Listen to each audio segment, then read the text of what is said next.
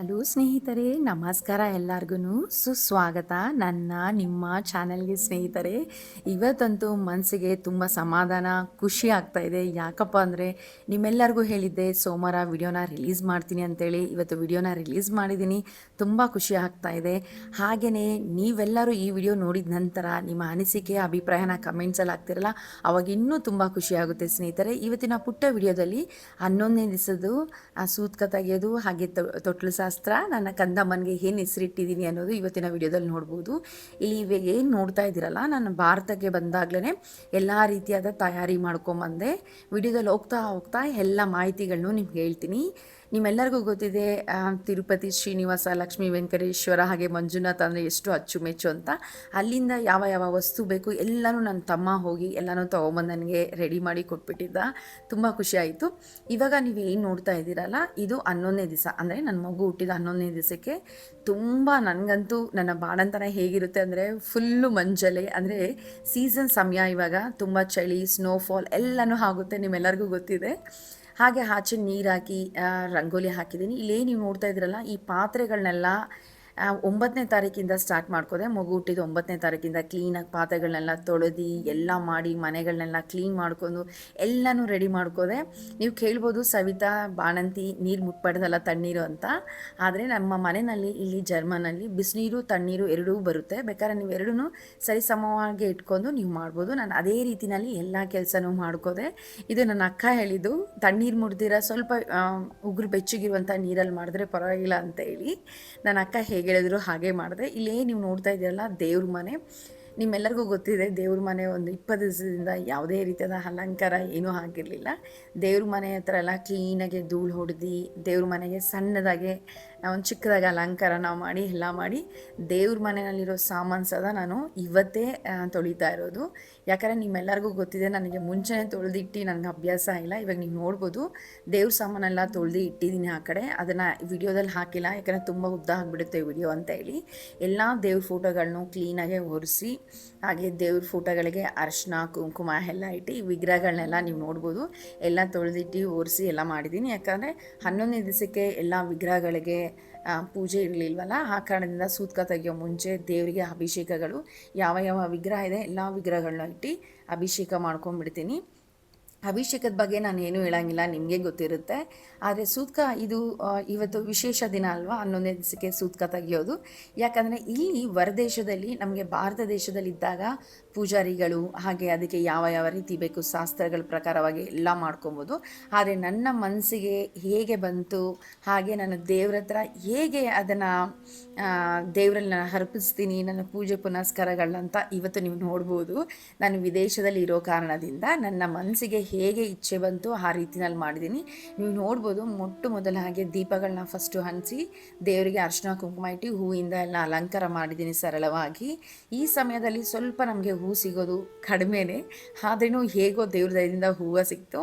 ಇವಾಗ ಕಂದಮ್ಮನ ತೊಡೆ ಮೇಲೆ ಇಟ್ಕೊಂಡು ಹಾಗೆ ನಾನು ಯಜಮಾನರು ಇಬ್ಬರೂ ಎಲ್ಲ ವಿಗ್ರಹಗಳಿಗೂ ಅಭಿಷೇಕಗಳನ್ನ ಮಾಡ್ಕೋತಾ ಇದ್ದೀವಿ. ಹಾಗೆ ಎಲ್ಲ ಟೈಮಲ್ಲೂ ಅಭಿಷೇಕಗಳು ಹಾಲು ಮೊಸರು ಸಕ್ಕರೆ ಹಣ್ಣುಗಳಿಂದ ಆಗುತ್ತೆ. ಈ ಸಲನೂ ಹಾಗೆ, ಯಾಕಂದರೆ ಇವತ್ತು ಸೂತ್ಕ ತೆಗಿಬೇಕಲ್ವ, ಆ ಕಾರಣದಿಂದಲೇ ನನ್ನ ತಮ್ಮ ನನಗೆ ಲಕ್ಷ್ಮೀ ವೆಂಕಟೇಶ್ವರ ಸ್ವಾಮಿ ಎಷ್ಟು ಅಚ್ಚುಮೆಚ್ಚು ಅಂತ ನಿಮಗೆ ಗೊತ್ತು, ಮನೆ ದೇವರು. ಹಾಗೆಯೇ ನನಗೆ ಮಂಜುನಾಥ ಸ್ವಾಮಿನೂ ಅಷ್ಟೇ ಅಚ್ಚುಮೆಚ್ಚು. ಅದಕ್ಕೆ ತಮ್ಮ ಧರ್ಮಸ್ಥಳಕ್ಕೆ ಹೋಗಿ ಅಲ್ಲಿ ತೀರ್ಥ ಎಲ್ಲನೂ ತೊಗೊಂಬಂದು ಪ್ರಸಾದಗಳನ್ನೆಲ್ಲ ತೊಗೊಂಬರೋದಕ್ಕೆ ಹೇಳಿದ್ದೆ, ತೊಗೊಂಬಂದ. ಹಾಗೆ ತಿರುಪತಿಗೂ ನಾನು ಇಲ್ಲಿ ಹೊರಡೋ ಮುಂಚೆ ನಮ್ಮ ಅಕ್ಕಗೆಲ್ಲ ಒಳ್ಳೆಯದಾಗಲಿ ಅಂತೇಳಿ ತಮ್ಮ ಹೋಗಿ ತಿರುಪತಿನಲ್ಲಿರುವಂಥ ಪ್ರಸಾದ ಏನೆಲ್ಲ ನಾನು ಹೇಳಿದ್ದೆ ಊದ್ಗಡ್ಡಿ ಎಲ್ಲನೂ ತೊಗೊಂಬಂದ. ಅದನ್ನು ಇಟ್ಟೆ. ಇವತ್ತು ಹಾಲು ಮೊಸರು ತುಪ್ಪ ಮಾಮೂಲಿ ರೀತಿಯಲ್ಲೇ ಮಾಡ್ತಾ, ಆದರೆ ದೇವರುಗಳು ಧರ್ಮಸ್ಥಳದಿಂದ ತಂದಿರುವಂಥ ತೀರ್ಥ ಹಾಗೆ ಗೋಮಾತ್ರದ ತೀರ್ಥ ಸ್ವಲ್ಪ ಮಿಕ್ಸ್ ಮಾಡಿ ಹಾಕ್ತಾಯಿದ್ದೀನಿ. ಇವತ್ತು ಸೂತ್ಕ ತೆಗಿಯೋ ದಿನ ಅಲ್ವಾ, ಆ ಕಾರಣದಿಂದಲೇ ಎಲ್ಲ ವಿಗ್ರಹಗಳಿಗೂ ಹಾಲಿಂದ ಮೊಸರು ತುಪ್ಪ ನೋಡ್ಬೋದು ನೀವು. ಇವಾಗ ಗೋಮಾತ್ರದ ಸಗಣಿ ಅದರಲ್ಲಿ ಸ್ವಲ್ಪ ಇದಾಯ್ತಲ್ಲ, ಸಗಣಿ ಹಾಗೆ ಧರ್ಮಸ್ಥಳದ ತೀರ್ಥ ಎಲ್ಲ ರೀತಿಯಾದ ತೀರ್ಥಗಳನ್ನ ಮಿಕ್ಸ್ ಮಾಡಿ ದೇವರುಗಳಿಗೆಲ್ಲರಿಗೂ ಹಾಕಿ ಅಭಿಷೇಕನ ಮಾಡ್ತಾಯಿದ್ದೀನಿ. ತೊಡೆ ಮೇಲೆ ಮಗು ಇದೆ, ಏನು ಅಂತ ಗೊತ್ತಿಲ್ಲ, ನಿಜವಾಗ್ಲೂ ಹೇಳ್ತೀನಿ. ಮಗು ಒಂದು 20 ನಿಮಿಷವರೆಗೂ ಯಾವುದೇ ರೀತಿಯಾದ ಏನೋ ರೀತಿಯಾದ ಸೌಂಡ್ ಮಾಡಿಲ್ಲ ಮಗು. ಅದೇ ಅಭಿಷೇಕ ಮಾಡ್ತಾಯಿದ್ರೆ ಆ ದೇವ್ರ ಹಾಡು ಕೇಳ್ತಾ ಅಷ್ಟು ತಾಳ್ಮೆಗಿದ್ಲು ಮಗು. ನಿಮ್ಗೆ ಹೇಳ್ತೀನಿ ಕಂದಮ್ಮನ ಹೆಸ್ರು ಏನು ಅಂತೇಳಿ. ಆಮೇಲೆ ಹಾಗೆಯೇ ನಿಮ್ಮೆಲ್ಲರಿಗೂ ಗೊತ್ತಿದೆ ನನ್ನ ಬಾಣಂತನ, ಹಾಗೆ ನನ್ನ ಡೆಲಿವರಿ ಎಲ್ಲ ನಾನು ಒಬ್ಬಳೇ ಮಾಡ್ಕೊಬೇಕು. ನನಗೆ ತುಂಬಾ ದೊಡ್ಡ ಕನಸಿತ್ತು ಇದು. ನಾನು ಒಬ್ಬಳೇ ಹೇಗೆ ಮಾಡ್ತೀನಿ ಏನು ಅನ್ನೋದು ನನಗೆ ಒಂದು ಚಾಲೆಂಜ್ ರೀತಿಯಲ್ಲಿ ತಗೊಂಡು ನಾನು ಇದು ಮಾಡಿದ್ದು. ಮತ್ತು ನನಗೆ ಇದು ತುಂಬ ದಿವಸದ ಕನಸು ಸದಾ ಇತ್ತು. ಯಾರೂ ಇರಬಾರ್ದು, ತವ್ರ ಮನೆಯವರೇ ಆಗಲಿ ಯಜಮಾನ್ರ ಮನೆಯವರಾಗಲಿ ಯಾರೂ ಇರಬಾರ್ದು, ನಾನು ಒಬ್ಬಳೇ ಮಾಡ್ಕೊಬೇಕು ಅನ್ನೋ ಆಸೆ ಇತ್ತು. ಅದೇ ರೀತಿಯಲ್ಲಿ ಎರಡೂ ಕಡೆ ಮನೆಯವರು ನನಗೆ ಸಪೋರ್ಟ್ ಮಾಡಿದ್ರು. ತವ್ರ ಮನೆಯವರು ಇರ್ಬೋದು, ಅತ್ತೆ ಮನೆಯವರು ಇರ್ಬೋದು, ಇಬ್ಬರು ಸಪೋರ್ಟ್ ಮಾಡಿದ್ರು, ಇಬ್ಬರು ಓಕೆ ಅಂದರು. ಹಾಗೆ ಇದೊಂಥರ ನನಗೆ ಹೇಗಿತ್ತು ಇದರ ಎಕ್ಸ್ಪೀರಿಯನ್ಸ್ ಅಂತ ಹೇಳೋದಕ್ಕಿಂತ ನಿಮಗೆ ಹೋಗ್ತಾ ಹೋಗ್ತಾ ವಿಡಿಯೋಗಳಲ್ಲಿ ತೋರಿಸ್ತಾ ಇರ್ತೀನಿ, ನಿಮಗೆ ಗೊತ್ತಾಗುತ್ತೆ ಎಷ್ಟು ಖುಷಿಯಾಗಿ ನಾನು ಹೇಗೆ ಇದು ಮಾಡಿದೆ ಅಂತೇಳಿ. ಇವಾಗ ದೇವರುಗಳಿಗೆ ಅಭಿಷೇಕನ ಮಾಡ್ತಾಯಿದ್ದೀನಿ. ಹಾಗೆ ಧರ್ಮಸ್ಥಳ ತಿರುಪತಿಯಿಂದಲೇ ಮುಂಚೆನೇ ನಾನು ಪ್ರಸಾದಗಳನ್ನ ತರಿಸಿ ಮತ್ತು ಮಗುಗೆ ಬೇಕಾಗಿರುವಂಥ ಸಾಮಾನು ವಸ್ತ್ರಗಳು, ಹಾಗೆ ಅರಿಶಿನ ಕುಂಕುಮ, ಪ್ರತಿಯೊಂದು ಊದ್ಗಡ್ಡಿ, ಸಾಂಬ್ರಾಣಿ ಹಾಕಬೇಕಲ್ಲ ಮಗುಗೆ ಸಾಂಬ್ರಾಣಿ, ಹಾಗೆ ನನಗೆ ಸಾಂಬ್ರಾಣಿ, ಪ್ರತಿಯೊಂದು ನಾನು ಭಾರತದಿಂದ ಬರಬೇಕಂದ್ರೆ ಅಂದರೆ ಆವಾಗ 6 ತಿಂಗಳು ತುಂಬಿ 7ನೇ ತಿಂಗಳಿಗೆ ಬಿದ್ದಿತ್ತು. ಆ ಸಮಯದಲ್ಲೇ ನಾನು ಎಲ್ಲನೂ ಸಾಮಾನುಗಳನ್ನ 6 ತುಂಬಿ 7 ತುಂಬಿತ್ತಾ ಏನು ಅಂತ ಗೊತ್ತಿಲ್ಲ, ಅದು ನನಗೆ ಸ್ವಲ್ಪ ಮರ್ತೋಗಿದ್ದೀನಿ. ಅಂದರೆ ಭಾರತದಿಂದ ಬರಬೇಕಾದ್ರೆ ಎಲ್ಲ ಸಾಮಾನುಗಳು ಏನೇನು ಬೇಕು ಪ್ರತಿಯೊಂದು ಎಲ್ಲನೂ ತೊಗೊಂಬಂದ್ಬಿಟ್ಟಿದ್ದೆ ನಾನು.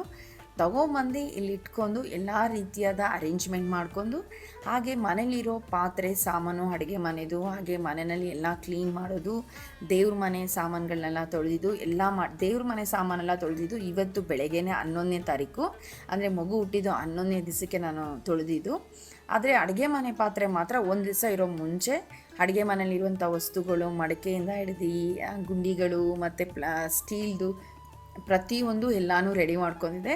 ಹಾಗೆ ಹಾಲು, ಅಡುಗೆ ಮನೆ, ರೂಮು ಇದೆಲ್ಲ ಒಂದೊಂದಾಗಿ ಎಲ್ಲ ಕ್ಲೀನ್ ಮಾಡ್ಕೋದೆ. 1-2 ದಿವಸದಲ್ಲಿ ಇದನ್ನೆಲ್ಲ ರೆಡಿ ಮಾಡ್ಕೊಂಡ್ಬಿಟ್ಟೆ ನಾನು.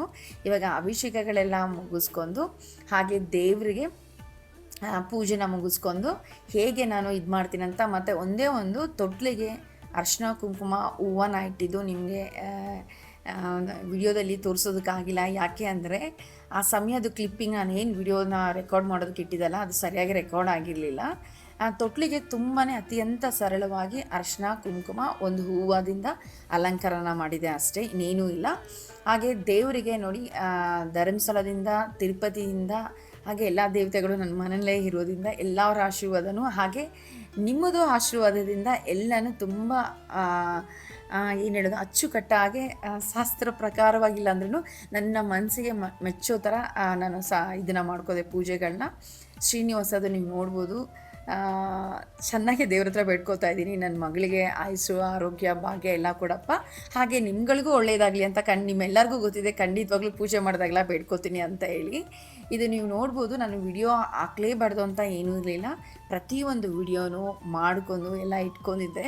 ಆದರೆ ಸಮಯ ಆಗಿರಲಿಲ್ಲ ಅಷ್ಟೇ ನಾನು ವಿಡಿಯೋನ ವಾಯ್ಸ್ ರೆಕಾರ್ಡ್ ಕೊಟ್ಟು ಮಾಡೋದಕ್ಕೆ. ಇವಾಗ ದೇವ್ರದ್ದು ಪೂಜೆಗಳೆಲ್ಲ ಆದ ನಂತರ ನಾನು ದೇವ್ರುಗಳನ್ನ ವಿಗ್ರಹಗಳನ್ನೆಲ್ಲ ಮತ್ತು ನೀರಲ್ಲಿ ಇದು ಮಾಡಿ ತೊಳೆದು ಒರೆಸಿ ಇಟ್ಟು ಪೂಜೆಗಳನ್ನ ಮಾಡ್ಕೊಬೇಕು. ಇದು ಕೊನೆಯಲ್ಲಿ ಸದಾ ನಾನು ಹಾಕ್ತಾಯಿದ್ದೀನಿ. ಹಾಗೆ ಎಲ್ಲ ಆದ ನಂತರ ಇಲ್ಲಿ ನೋಡ್ಬೋದು ನೀವು ತಿರುಪತಿದು ಧರ್ಮಸ್ಥಳದ ಎರಡೂ ಮಿಕ್ಸಾಗಿ ಮಾಡಿಟ್ಟಿದ್ದೀನಿ. ತೀರ್ಥ ಹಾಗೆ ದೇವರುಗಳಿಗೆ ಹಣ್ಣು ಹಂಪಳಗಳಿಂದ, ಹಾಗೆ ಇಲ್ಲಿ ಅರಿಶಿನ ಕುಂಕುಮ ಹೂವುಗಳನ್ನೆಲ್ಲ ಇಟ್ಟು ಪೂಜೆ ಮಾಡಿ ದೇವರಿಗೆ ಕೈ ಮುಗ್ದು ಕಾಪಾಡಪ್ಪ ಅಂತೇಳಿ ನನ್ನ ಮಗಳಿಗೆ ತೊಟ್ಲಲ್ಲಿ ಮಗುನ ಹಾಕಿ, ಹಾಗೆ ಮಗುಗೆ ಹೆಸರನ್ನ ಹೇಳಬೇಕಾದ ಸಮಯದಲ್ಲಿ ನಾನು ಇಂಡಿಯಾಗೆ ಕರೆ ಮಾಡಿ ಎಲ್ಲ ನಮ್ಮ ಎರಡೂ ಮನೆಯವರಿಗೆ ತೋರಿಸ್ತಾ ಇದ್ದೆ. ಆ ಕಾರಣದಿಂದ ವಿಡಿಯೋ ಮಾಡೋದಕ್ಕೆ ಆಗಿಲ್ಲ ಆ ಸಮಯದಲ್ಲಿ ತೊಟ್ಲಿಗೆ ಮಗುನ ಹಾಕಬೇಕಾದ್ರೆ. ಯಾಕಂದರೆ ಮೊಬೈಲಲ್ಲೇ ನಾನು ವಿಡಿಯೋ ರೆಕಾರ್ಡ್ ಮಾಡ್ತಾ ಇದ್ದಿದ್ದು, ಹಾಗೆ ಮನೆಯವರಿಗೆ ಮೊಬೈಲಲ್ಲೇ ಕಾಲ್ ಮಾಡಬೇಕಾಗಿತ್ತು, ಇಬ್ಬರು ಮನೆಯವ್ರು ಮಾಡೋದ್ರಿಂದ. ನನ್ನ ಮಗಳ ಹೆಸರು ಕಂದಮ್ಮನ ಹೆಸರು ಮುಖ್ಯವಾಗಿ ಮನೆ ದೇವ್ರ ಹೆಸರನ್ನ ಇಟ್ಟು ಲಕ್ಷ್ಮೀ ವೆಂಕಟೇಶ್ವರ ಸ್ವಾಮಿ ಅಂತೇಳಿ 3 ಸಲ ಮಗು ಕಿವಿನಲ್ಲಿ ಹೆಸರನ್ನ ಕೂಗಿ, ಅದಾದ ನಂತರ ನನ್ನ ಕಂದಮ್ಮನ ಹೆಸರು ನೀವು ಇಲ್ಲಿ ನೋಡ್ಬೋದು, ನನ್ನ ಕಂದಮ್ಮನ ಹೆಸರು ಸಿತಾರ ಅಂತ ಹೇಳಿ ಇಟ್ಟಿದ್ದೀವಿ. ಇದು ನಾನು ನಮ್ಮ ಯಜಮಾನರು ಇಷ್ಟಪಟ್ಟಿರುವಂಥ ಹೆಸರು, ಇದು ನನ್ನ ಕಂದಮ್ಮಗೆ ಇಟ್ಟಿರೋದು. ಇಲ್ಲಿ ನೀವು ನೋಡ್ಬೋದು ಸರಳವಾಗಿ ತೊಟ್ಲಿಗೆ ಒಂದು ಹೂವನ ಇಟ್ಟು ಕೆಳಗಡೆ ಅರಿಶಿನ ಕುಂಕುಮನ ಹಾಕಿರೋದು ಮಗುಗೆ. ನನ್ನ ಮಗಳದು ಇಷ್ಟು ಸರಳವಾಗಿ ಎಲ್ಲ ದೇವ್ರುಗಳದ್ದು ಪೂಜೆ ಮುಗಿಸ್ಕೊಂಡು ನನ್ನ ಮಗಳ ಹೆಸರನ್ನ ಸಿತಾರ ಅಂತ ಹೇಳಿ ಇಟ್ಟಿದ್ದೀನಿ. ನಿಮ್ಮೆಲ್ಲರಿಗೂ ಇಷ್ಟ ಆಗಿರುತ್ತೆ ಅಂದ್ಕೊಂಡಿರ್ತೀನಿ ಸಿತಾರ ಅನ್ನೋದನ್ನು. ಹಾಗೆ ಇಲ್ಲಿ ನೀವು ನೋಡ್ಬೋದು ಹೇಗೆ ನನ್ನ ಬಾಣಂತನ ದಿನಗಳಿತ್ತು ಅಂತ ನೀವು ಇವಾಗ ಇದನ್ನು ನೋಡಿದಾಗಲೇ ನೀವು ನೆನೆಸ್ಕೊಬೋದು ಹೇಗಿತ್ತು ಅಂತೇಳಿ. ಆಮೇಲೆ 1 ತಿಂಗಳವರೆಗೂ ನಾನು ಯಾವುದೇ ಕಾರಣಕ್ಕೂ ಹೊರಗಡೆ ಎಲ್ಲೂ ಹೋಗಿಲ್ಲ ನಾನು.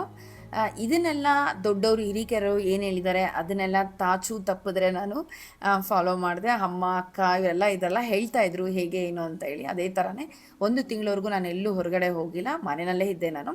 1 ತಿಂಗಳು ಮುಗ್ದ ನಂತರ ನಾನು, ನಿಮ್ಮೆಲ್ಲರಿಗೂ ಗೊತ್ತಿದೆ ನನಗೆ ತುಂಬ ಇಷ್ಟವಾದ ದೇವಸ್ಥಾನ ಎಲ್ಲಿ ಜರ್ಮನಲ್ಲಿ ಅಂತ ಅಂದರೆ ಕಾಮಾಕ್ಷಿ ತಾಯಿ. ನನಗೆ ತುಂಬ ಇಷ್ಟ. ಅಲ್ಲಿಗೆ ಹೋದ್ರೇನೂ ನನಗೇನೋ ಸಮಾಧಾನ. ನಾನು ಎಲ್ಲೇ ಇದ್ರೇನು 1 ತಿಂಗಳಿಗೆ ಒಂದು ಸಲ ಹೋದ್ರೇ ಖುಷಿ ಆಗೋದು. ನೀವು ನೋಡ್ಬೋದು, ಹಿಂದಿನ ದಿವಸ ರಾತ್ರಿ ಹೂವನ್ನ ತರಿಸ್ಕೊಂಡು 12 ಗಂಟೆ 11:45 ಟೈಮ್ ಅನಿಸುತ್ತೆ, ಆ ಟೈಮ್ನಲ್ಲಿ ನಾನು ಹೂವನ್ನ ಕಟ್ಟಿದ್ದು. ಯಾಕಂದರೆ ಮಗು ಹಾಲು ಕುಡಿಸೋದಕ್ಕೆ ಎದೊಳ್ತಾ ಇರುತ್ತಲ್ಲ ಮಗು, ಅದು ಮುಗಿಸ್ಕೊಂಡು ದೇವರಿಗೆ ಹೂವನ್ನ ಕಟ್ಟಿದ್ದು. ಇವಾಗ ನಿಮ್ಗೆ ತೋರಿಸ್ತೀನಿ ಹತ್ರ ಝೂಮ್ ಮಾಡಿ. ನಿಜವಾಗ್ಲೂ ನನ್ನ ಹತ್ರ ಹೂವು ಕಟ್ಟಿದ್ದಕ್ಕೂ ಅದೇನು ಅಂತ ಗೊತ್ತಿಲ್ಲ, ಸಾರ್ಥಕ ಆಯಿತು. ನೀವು ನೋಡ್ಬೋದು ನೋಡಿ, ಝೂಮ್ ಮಾಡ್ತಾ ಇದ್ದೀನಿ. ಆ ತಾಯಿಗೆ ಅರ್ಶಿನ ಹೂವು ಕಾಣಿಸ್ತಾ ಇದೆಯಲ್ಲ, ಹೂವನ್ನ ಹಾಕೋರು ತುಂಬ ಖುಷಿ ಆಯಿತು. ಹಾಗೆ ಅಲ್ಲೇ ಇದ್ದಿದ್ದಂಥ ಚಿಕ್ಕ ಹೋಟೆಲಲ್ಲಿ ಊಟ ಮಾಡ್ಕೊಂಡು ಮನೆಗೆ ಹೋಗ್ತಾ ಇದ್ದೀನಿ ಸ್ನೇಹಿತರೆ. ನಿಮ್ಮೆಲ್ಲರಿಗೂ ನನ್ನ ಮಗಳ ಹೆಸರು, ಕಂದಮ್ಮನ ಹೆಸರು ಇಷ್ಟ ಆಗಿದೆ ಅನ್ಕೋತೀನಿ, ಸಿತಾರಾ ಅಂತ. ದಯವಿಟ್ಟು ನನ್ನ ಚಾನಲ್ಗೆ ಸಬ್ಸ್ಕ್ರೈಬ್ ಮಾಡೋದು, ಕಮೆಂಟ್ಸ್ ಮಾಡೋದು, ಹಾಗೆಯೇ ಯಾವುದೇ ಕಾರಣಕ್ಕೂ ನಿಮ್ಮ ಆಶೀರ್ವಾದನ ನಮ್ಮ ಮೇಲೆ ಮರಿಬೇಡಿ. ನಿಮ್ಮ ಆಶೀರ್ವಾದ, ನಿಮ್ಮ ಪ್ರೀತಿ ಸದಾಕಾಲ ನಮ್ಮ ಮೇಲೆ ಇರಬೇಕು ಸ್ನೇಹಿತರೆ. ಮತ್ತೆ ಬುಧವಾರ ಇನ್ನೊಂದು ವಿಡಿಯೋ ಜೊತೆಲಿ ಆದಷ್ಟು ಬೇಗ ಬರ್ತೀನಿ ಸ್ನೇಹಿತರೆ. ಅಲ್ಲಿವರೆಗೂ ನಿಮ್ಮ ಪ್ರೀತಿಯ ಸವಿತಾ ಮಾಡುವ ನಮಸ್ಕಾರಗಳು ಸ್ನೇಹಿತರೆ.